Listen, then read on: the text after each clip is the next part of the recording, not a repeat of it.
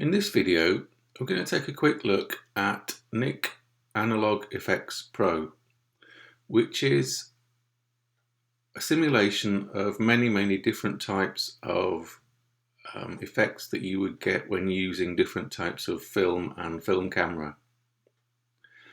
On the left, you have the selection of suggested recipes, which are kind of camera simulations. So if you click the classic camera button, you get a list of available recipes which simulate various classic cameras. Classic camera, black and white, color cast, wet plate, toy camera, etc, etc. And when you click on any of these, you get a selection of simulations or recipes on the left hand side, which you can click on any of them to see what the suggested effect will look like. On the right hand side, you have the recipe explained for each camera simulation. So in this one, it is only bokeh that you're playing with, and also lens vignette.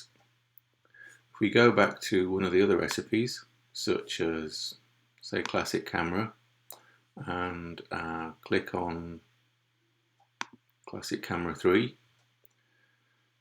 you get another suggested look, and obviously there are probably about a dozen different ones to choose from.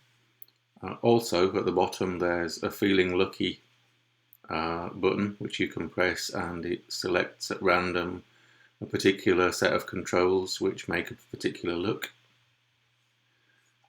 On the right hand side of this one, you can see that there are a lot more effects that have gone into making this particular look. So there are basic adjustments, which are things like detail extraction, brightness, contrast, saturation, the kind of things that you get in Photoshop and Lightroom. But there are also other ones that you don't, such as dust and scratches, or dirt and scratches. So there are several different sort of layouts of marks and dust and scratches, and you can choose each one to find out how dirty and scratched that your picture will end up looking.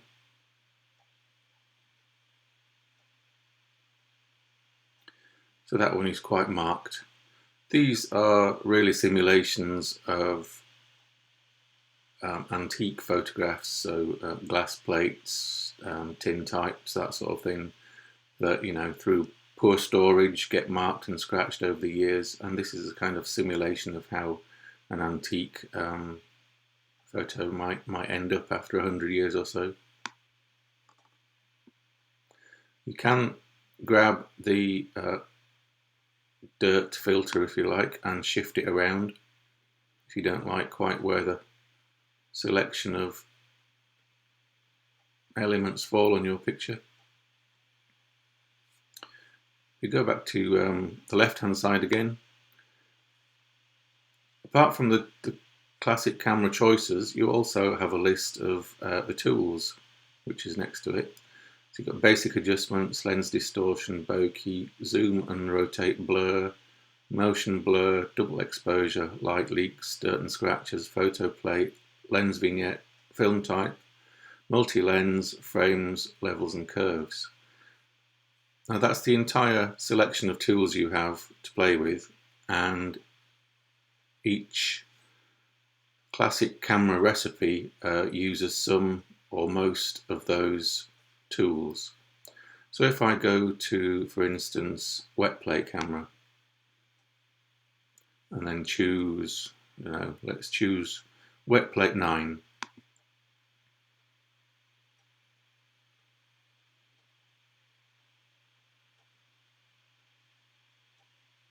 Wet plate 9 is obviously quite a complicated one, as it's taking some time to load.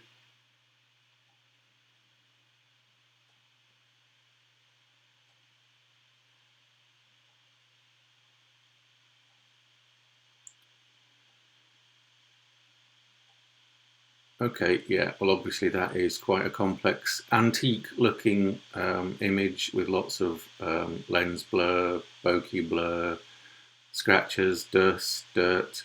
And you can see on the right hand side here all the different things that have made up this particular recipe. So you've got basic adjustments at the top, and then you have bokeh. So with that you can alter the blur strength, which you can see gives you more or less blur in the image. You can hover over the, it's kind of like a blur grid if you like, so you can grab any of these blue points and stretch the filter out into different areas. The smaller the circle, the more blur over your picture. The larger the circle, the less blur over your picture. And you can move it around to different areas of the image. It's a bit like using a vignette control, but instead of the edges going dark, with this one the edges go blurred. If you don't want it exactly like that, you can always hover over the edges and then turn it when you get the little curved arrow. So it's really good for doing those sort of like doll's house, toy town pictures where you get lots of blur on both sides and just one sharp part in the middle. It's kind of like a tilt and shift effect.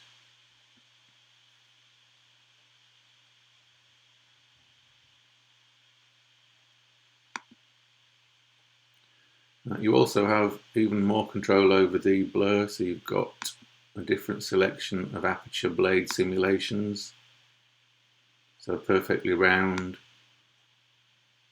or fewer blades to make a not quite round aperture, or even a star-shaped one here.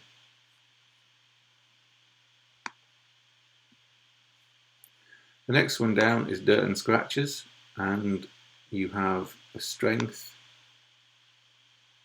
control, which obviously gives you more or fewer scratches in your picture. You have a drop-down menu of 4 types of dirt and dust and scratches. So you've got dust and lint, scratches, organic or eroded. I quite like the eroded. It looks a bit like you've been photographing concrete. So if I go down to this bottom one here, it might take a few seconds.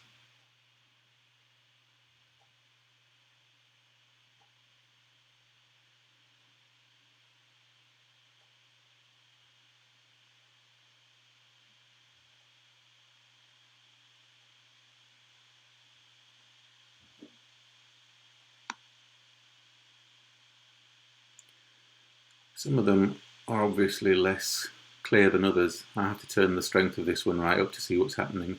But you can see the kind of eroded, concretey, blurry, stony looking sort of effect that it has on the picture. Below this you have photo plate, which gives it even more streaks.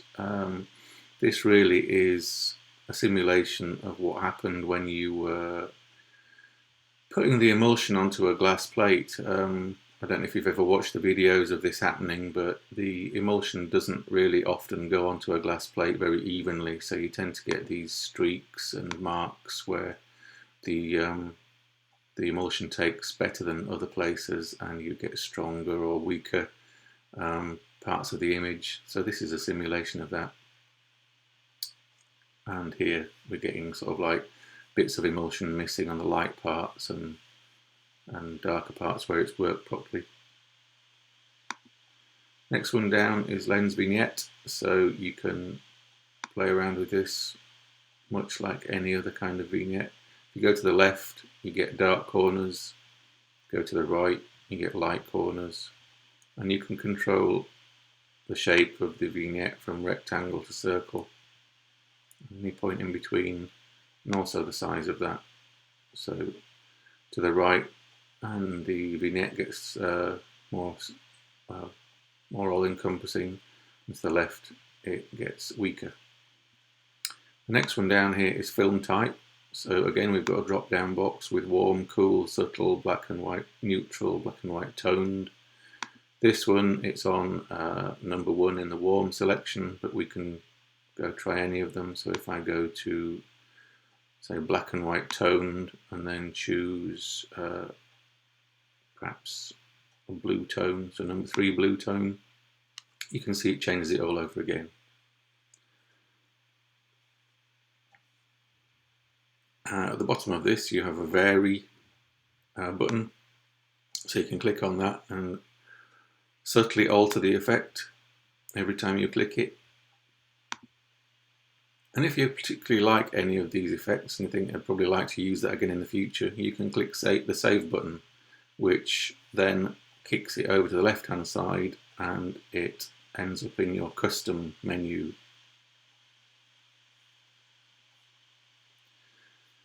So on the left hand side, apart from the camera selection and the tool selection, there's also a camera kit at the bottom here. So if you click camera kit, you can choose between several of the different tools and add and take away different tools.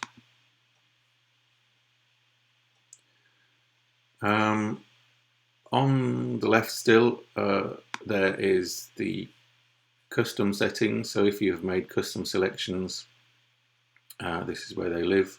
If you've imported any settings from anywhere else, this is where they live. There's a history selection, history of your most recent actions, just like in Photoshop and Lightroom, that you can go through. And there's an instant help button, which I think really is just something where you can hover over a particular thing and it tells you what the action is. Go back to cameras again, camera kit. You can choose, let's go back to classic camera and choose one of those.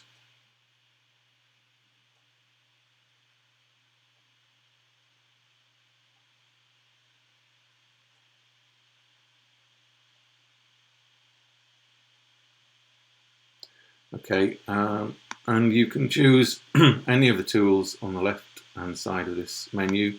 So if we just go for basic adjustments, you get your image. This is kind of the most unadulterated image, if you like. This is more or less the image that I brought into the software, and you can just use each tool on its own separately, which might be a more subtle way of using this piece of software. And you can make individual adjustments to brightness and contrast, etc. Or we can start again just with one tool and use, say, lens distortion. So you can use pincushion distortion or barrel distortion. And if you want to particularly add chromatic aberration, we can get green or purple edges on our image, or defocus it.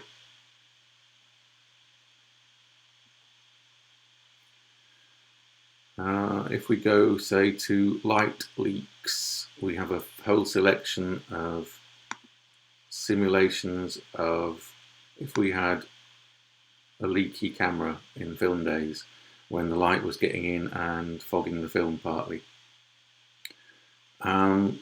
This again, happened back in the film days, and if you particularly like a nostalgic and slightly incorrect way of exposing your film, then this is the way to simulate that.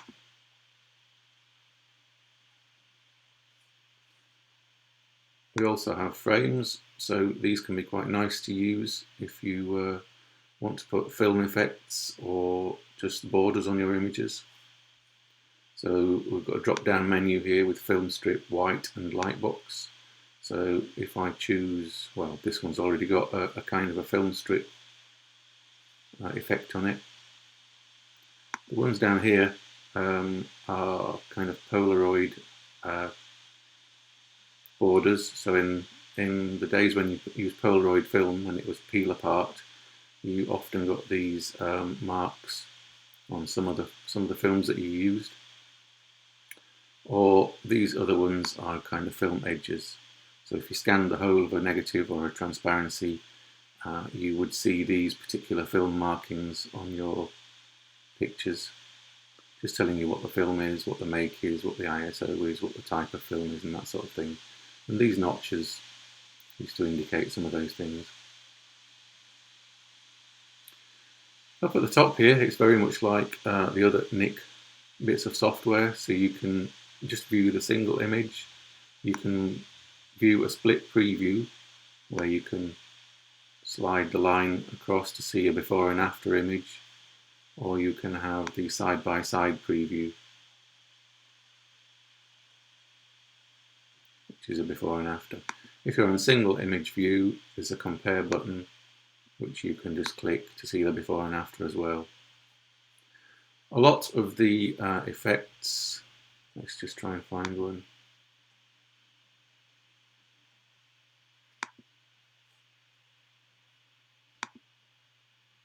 So I've gone on to the color cast camera now, which gives us various fades and things. Trying to struggle to find them now. But on some of the filters, they also have the control points. So you can add the effect just onto certain parts of the image, as in silver effects and color effects. So to recap, on the left hand side, we have the recipes that are suggested by Nik, where you can choose them either via a camera type, or you can choose them through the tools that you have available and use one tool at a time.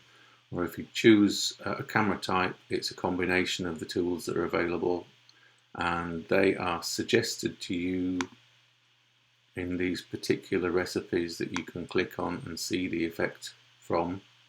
And then on the right hand side, there is the menu of tools that Nik has used to get to this particular recipe, and each one of those tools is adjustable on its own.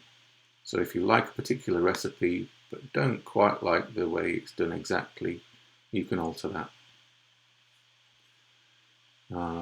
Underneath those you have history, which is always useful, and custom and imported if you want to save any of them, and the viewing options up here at the top.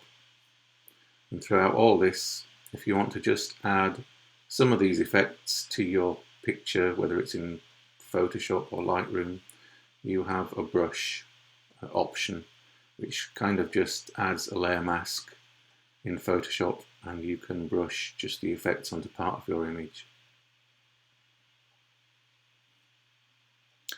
I would say this is useful as a tool to be used on occasion. Probably if you use certain ones of the tools just on their own, it's a more subtle effect. If you want to go the whole hog and use the toy camera or the vintage camera effects, just for a bit of nostalgia or a bit of extreme, an extreme example of Photoshop software, it's a great tool to have. It's probably not to use every day or for every image by any means, but it's something nice to be able to play with. And if you use part of it, I would say it can make a nice addition to your software choices, just in more subtle ways if you use one or two of the tools.